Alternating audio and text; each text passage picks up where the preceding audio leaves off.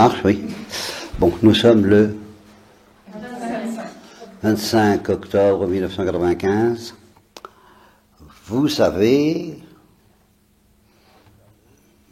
presque toutes, que Thérèse de l'Enfant Jésus a enseigné à temps et à contre-temps qu'il fallait avoir cultivé en nous l'espérance d'éviter le purgatoire, que nous devions développer en nous une telle confiance dans la miséricorde de Dieu que nous devions espérer ne pas aller au purgatoire. Alors, ça c'est de l'ordre des résolutions pratiques.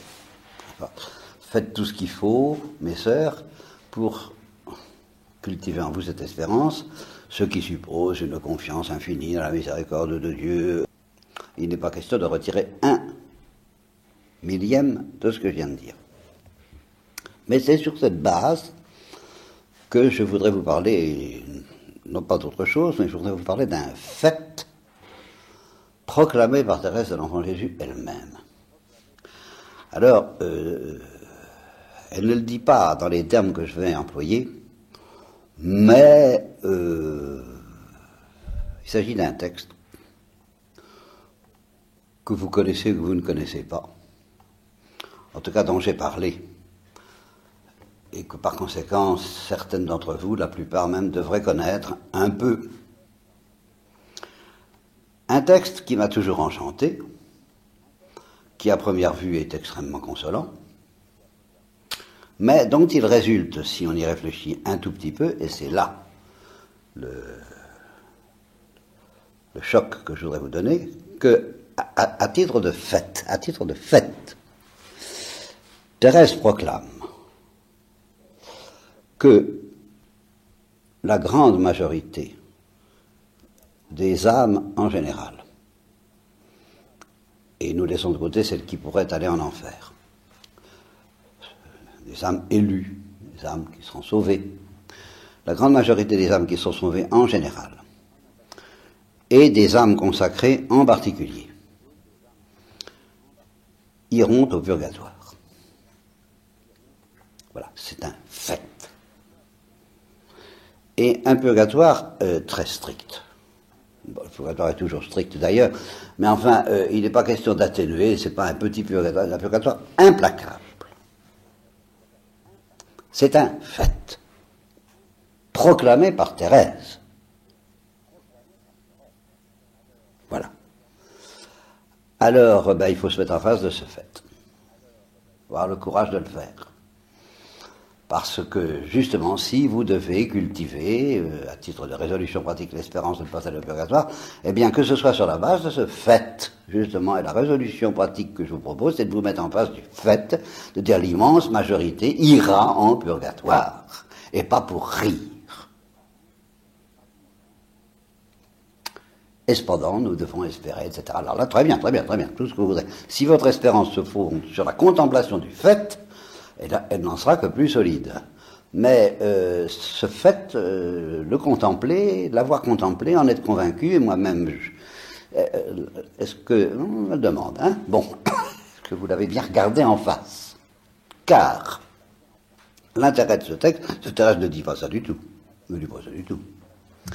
Mais elle dit pourquoi l'immense majorité des âmes consacrées ira en fait au purgatoire. Elle dit pourquoi. Et c'est en contemplant ce pourquoi ça m'a sauté à la figure. Je me suis dit, mais devant ce qu'elle dit là, qui est très clair, qui est une affirmation tranquille, il est évident que l'immense majorité des âmes consacrées iront au purgatoire. Et que si je veux y échapper, il faut que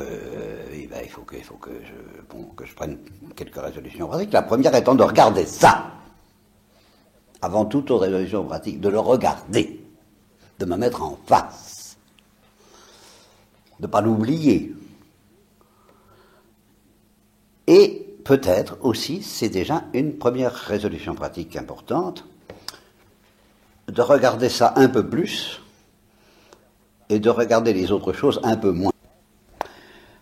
Une fois, je lui exposai des scrupules au sujet de la pureté.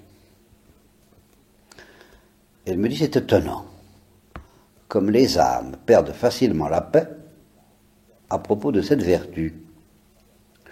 Le démon ne l'ignore pas. C'est pourquoi il les tourmente tant à ce sujet. Et pourtant, il n'y a pas de tentation moins dangereuse que celle-là. Le moyen de s'en délivrer, c'est de les regarder avec calme, ne pas s'en étonner, encore moins les craindre. Habituellement, à la première attaque, on s'épouvante, on croit tout perdu. C'est justement de cette peur, de ce découragement dont le diable se sert pour faire tomber les âmes. Jusqu'à présent, ça va très bien. Tutto va bene, sauf que vous n'en croyez pas un mot, je vous l'ai dit, parce que pratiquement vous faites comme si c'était pas vrai, et vous vous inquiétez encore. Et moi-même aussi, enfin nous sommes tous pareils, quoi. Bon. Et alors là, commence la partie grave, je dirais la partie terrifiante de ce texte. Pourtant, soyez sûrs qu'une tentation d'orgueil est bien plus dangereuse, et le bon Dieu bien plus offensé quand on y succombe, que lorsqu'on fait une faute, même grave, contre la pureté. Elle ne parle plus de tentation, là. Elle parle de faute. Faute d'orgueil, faute, même grave, contre la pureté. Tentation d'orgueil bien plus dangereuse. Car, pour la pureté, il a égard à la fragilité de notre nature pervertie, le péché originel. J'ai entendu parler un peu quand même. Bon. Tandis que pour une faute d'orgueil, alors écrivez ça en lettres de feu dans votre cellule, sur votre table, comme la loi de Moïse sur ton front et dans ton cœur, Israël, il n'y a pas d'excuse.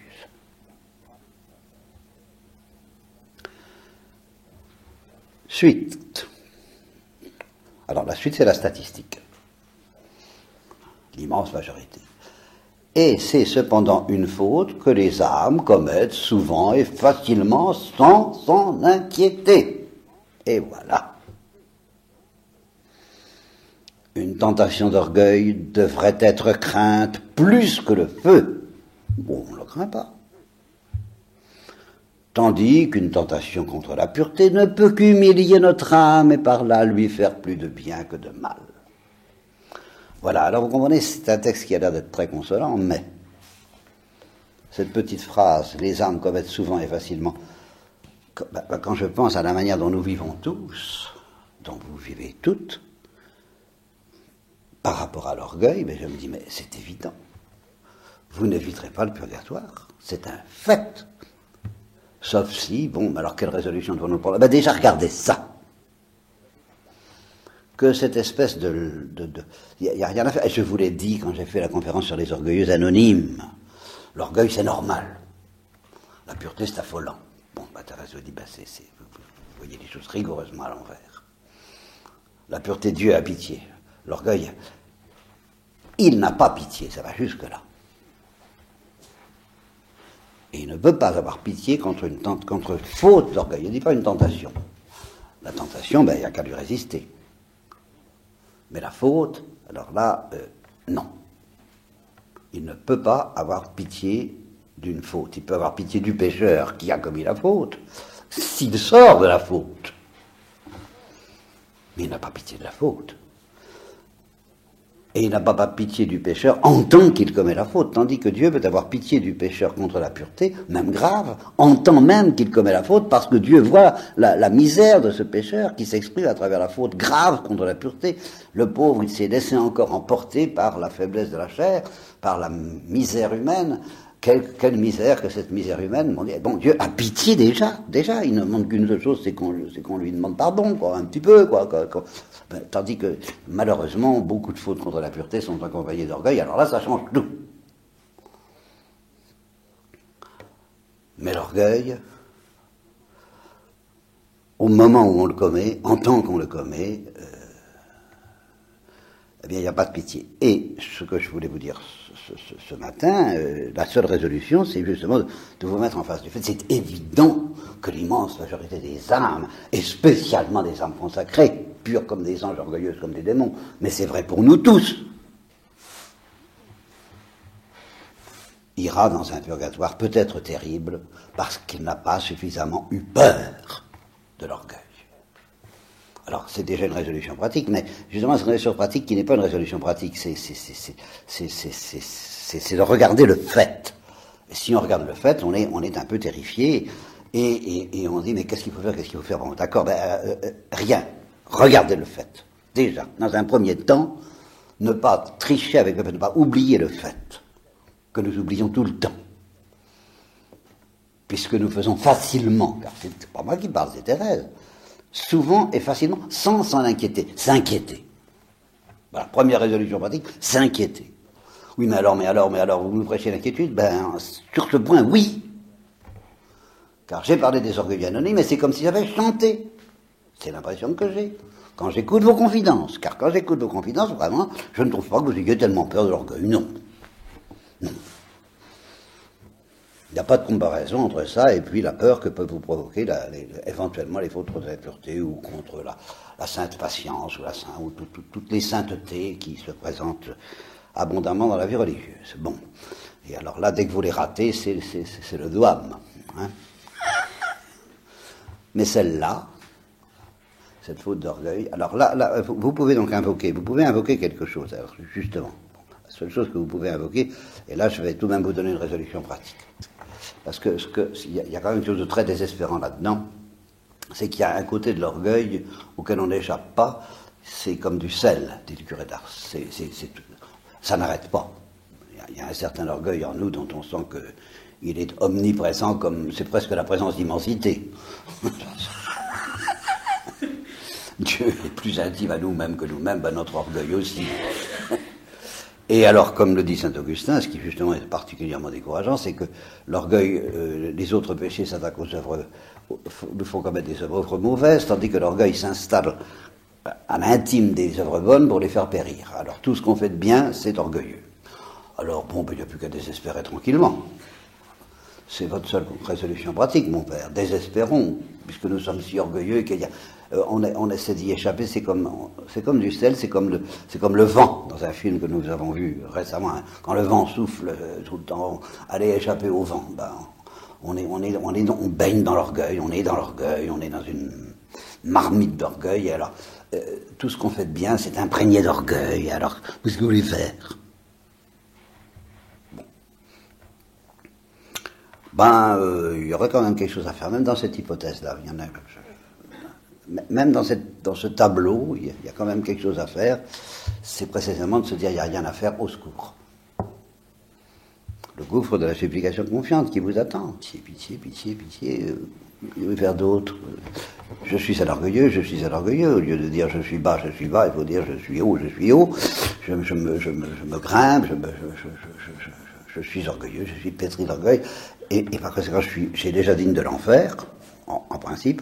Et si j'échappe à l'enfer par la miséricorde de Dieu, alors là, le purgatoire, impossible d'y échapper. Bon, supplication confiante. Il y a une autre résolution pratique, parce que celle-là, ça tient à notre orgueil, à notre être. Notre être est orgueil. Bon. Alors, le reste, babiole, justement, ne le regardez pas trop. Là, ça, c'est ma résolution pratique. Regardez ça, regardez votre orgueil, regardez aussi l'orgueil des autres, pourquoi pas. Pas trop quand même, parce que j'en connais qui ont un don redoutable pour dire orgueil, bon, et la poutre, hein, bon, la paille et la poutre. Le nôtre, oui, il est omniprésent, et c'est accablant, eh bien, pitié mon Dieu. Les miracles, c'est pas pour rien, c'est un miracle. Si nous en sortons, c'est un miracle. Eh bien, espérons le miracle. Bon, d'accord. Alors ça, j'en reparlerai, c'est des orgueilleux anonymes, voilà. Eh bien, ceci mis à part, il y a autre chose quand même. Il y a l'orgueil dont nous sommes pétris, qui est notre être, et qui est parfaitement désespérant. Bon, d'accord. Il y a un autre orgueil, ou si vous voulez, il y a aussi tout de même de temps en temps l'humilité. C'est-à-dire que de temps en temps, on a le choix. Oh, à propos de très petites choses, mais enfin, on a le temps de réfléchir, et on a vraiment deux routes. L'une où il y a un peu plus d'orgueil, et l'autre où il y en a un peu moins. L'une où il y a un peu plus d'humilité, et l'autre où il y en a un peu moins. Toutes choses égales d'ailleurs. Hein, parce que si au prix d'un peu plus d'orgueil, on a davantage d'amour, c'est pas vrai, c'est pas qu'il y a plus d'orgueil. Si on choisit plus d'amour, et puis qu'on a peur de s'y complaire, c'est pas du tout évident que de refuser cette route soit plus humble. C'est pas vrai. Accepter d'avoir plus d'orgueil pour aimer davantage, c'est peut-être plus humble. Ça va-t'en savoir.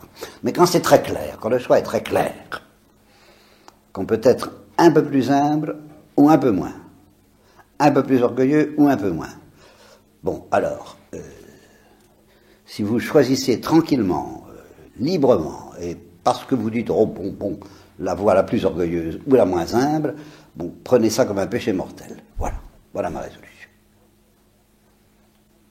Considérez que ça a la même gravité qu'un péché mortel. Comme on dit, ne prenez pas ça à la légère. Quand vous avez le choix, alors là, voilà ma résolution. Alors là, je vous en prie. Considérez la gravité de ce choix.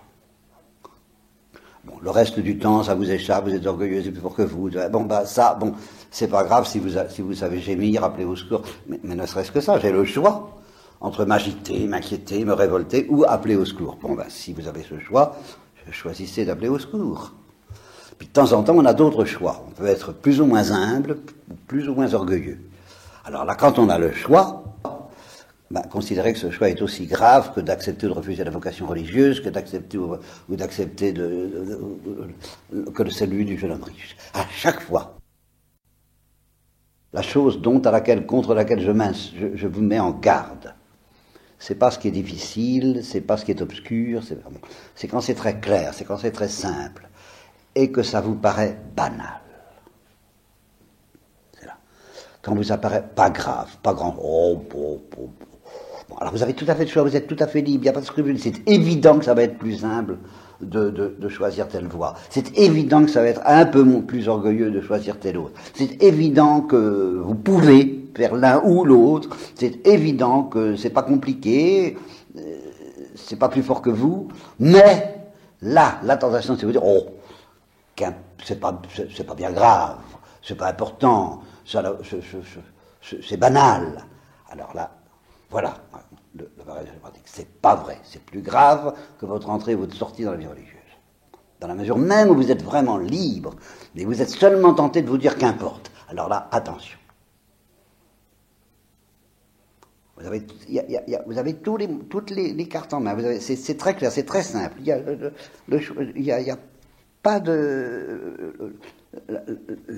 y a pas d'hésitation. Simplement, vous risquez de vous dire, c'est pas grave. Alors là, attention, c'est très grave. Pour votre âme et pour le salut, etc. Enfin, parce que le petit cadeau que vous ferez en faisant le bon choix, c'est-à-dire un peu plus d'humilité, alors que il y en aura un peu moins, d'accord, mais qu'importe. À ce moment-là, attention. Si peu que ce soit, c'est infini pour le purgatoire et pour le salut des âmes.